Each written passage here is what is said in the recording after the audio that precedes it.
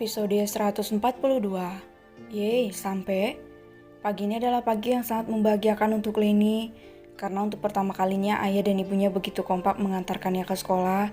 Memang tidak menggunakan motor metik yang biasa digunakan David untuk mengantarnya, tapi berjalan kaki dengan Leni yang berada di tengah-tengah keduanya, saling bergandengan tangan dan mengobrol ringan yang disertai candaan. Entahlah, Leni sendiri sebagai anak kecil tidak mengerti kenapa rasanya sangat membahagiakan sekali bisa jalan kaki menuju sekolah bersama kedua orang tuanya. Leni, belajar yang pintar ya sayang, pesan Ariana saat hendak melepas Leni ke sekolah tempat gadis kecil itu menimba ilmu. Iya ibu, angguk Leni semangat. Sedang David, pria itu hanya diam di samping Ariana dengan senyuman yang menjadi tanda rasa bahagianya yang sedang menyelimuti hati dan pikirannya. Tidak jauh berbeda dengan Leni, David pun merasa pagi ini sangat luar biasa untuknya. Leni menyalimi Ariana dan David sebelum akhirnya berlari dengan penuh semangat masuk ke dalam pekarangan luas sekolahnya, berbaur dengan teman-teman sebayanya. Sudah?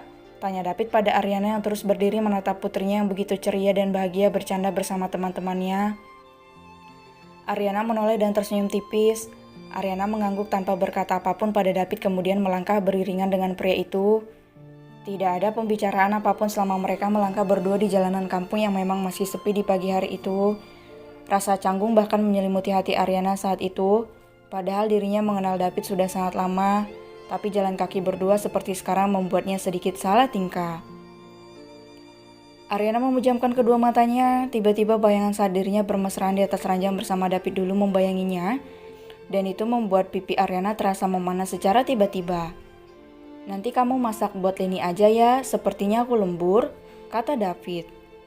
Ariana menghela napas, David tidak boleh tahu dirinya sedang mengingat hubungan masa lalu mereka dulu. Aku tungguin kamu pulang ya, David mengernyit. Ariana mau menunggunya pulang lembur, rasanya seperti sebuah keajaiban mengingat wanita itu tidak pernah sekalipun menganggapnya ada selama ini. Kamu, aku duluan mau nganterin kue pesanan Bu Umayyah. Setelah Ariana langsung mempercepat langkahnya mendahului David. David berhenti melangkah dan terus menatap punggung Ariana yang terus menjauh dari tempatnya berdiri. Ariana berubah drastis dari mulai penampilan sampai sikap. Dulu Ariana selalu mengangkat dagu dengan gaya elegan saat melangkah, tapi sekarang wanita itu menundukkan kepala seperti tidak mau ada orang yang memandangnya. Untuk penampilannya juga sangat jauh berbeda. Dulu Ariana lebih suka dengan pakaian seksi, tapi sekarang wanita itu lebih suka memakai kaos oblong yang dipadukan dengan celana panjang atau rok yang panjangnya selutut. Benar-benar sangat sederhana namun tetap anggun menurut David. David menghela napas. David pernah menabung sampai sebulan demi bisa membelikan dress pendek untuk Ariana.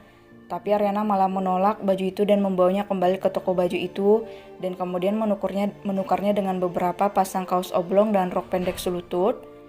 Apa mungkin dia malu karena ini di kampung?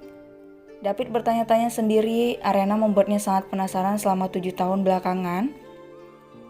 Laura dan Marvel turun dari mobilnya, kemudian melangkah beriringan memasuki rumah nenek Laura. Kedatangan mereka disambut dengan hangat oleh nenek Laura yang sedang duduk santai di ruang tamu.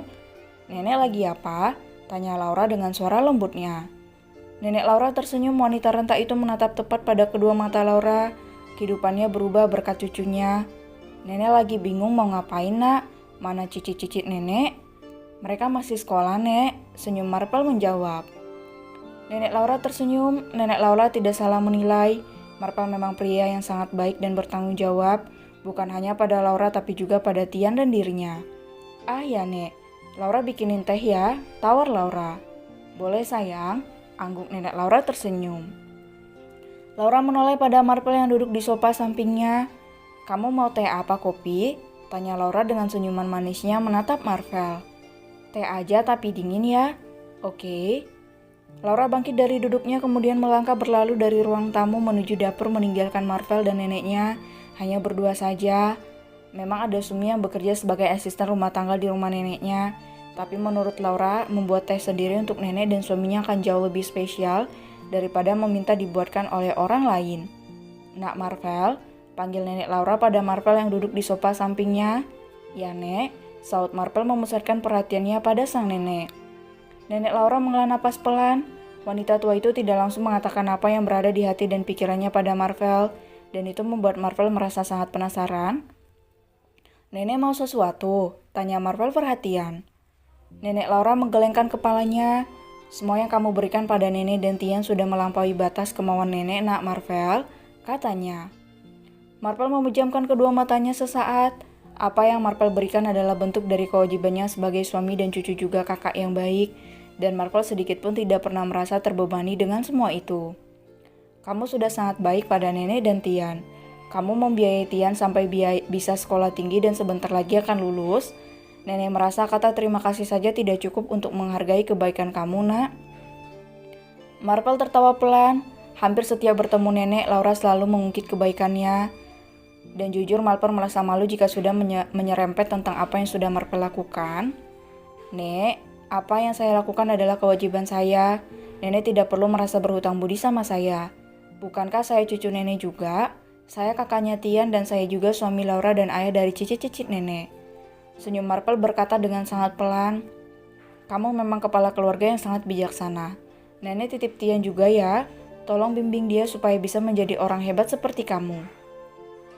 Marvel mengernyit. Entah kenapa tiba-tiba perasaannya tidak enak mendengar apa yang diucapkan nenek tercinta istrinya. Nek, tapi nenek sudah tua, nak Marvel. Rasanya hidup nenek sudah tidak akan lama lagi setelah nenek Laura. Marvel menelan ludahnya. Ada rasa sesak mendengar apa yang baru saja diucapkan nenek Laura. Marvel tahu Laura sangat menyayangi neneknya. Laura pasti akan sangat rapuh jika sampai kehilangan nenek tercintanya itu. Marvel membuka mulutnya hendak mengatakan sesuatu, namun Laura tiba-tiba datang dengan segelas dan secangkir teh untuk Marvel dan neneknya di atas nampan. Marvel menghela napas. Marvel tidak siap jika harus melihat Laura menangis. Tapi perasaannya benar-benar sangat tidak enak. Apa yang diucapkan nenek Laura seperti sebuah wasiat untuknya. Marvel tidak berani berandai-andai, tapi Marvel juga tahu semuanya terserah pada Sang Pencipta. Nenek Laura sudah sangat renta dan sering sakit. Marvel tidak bisa memungkiri bahwa pikirannya mulai buruk dengan kondisi ringkih nenek Laura. Diminum tehnya, nak Marvel. Senyum nenek Laura tersenyum penuh arti pada Marvel. Marvel menganggukkan kepalanya. Lidahnya terasa keluh untuk sekedar menjawab iya. Hatinya mulai merasa tidak karuan. Namun apapun yang akan terjadi nanti, Marvel harus siap. Laura dan Tian adalah tanggung jawabnya.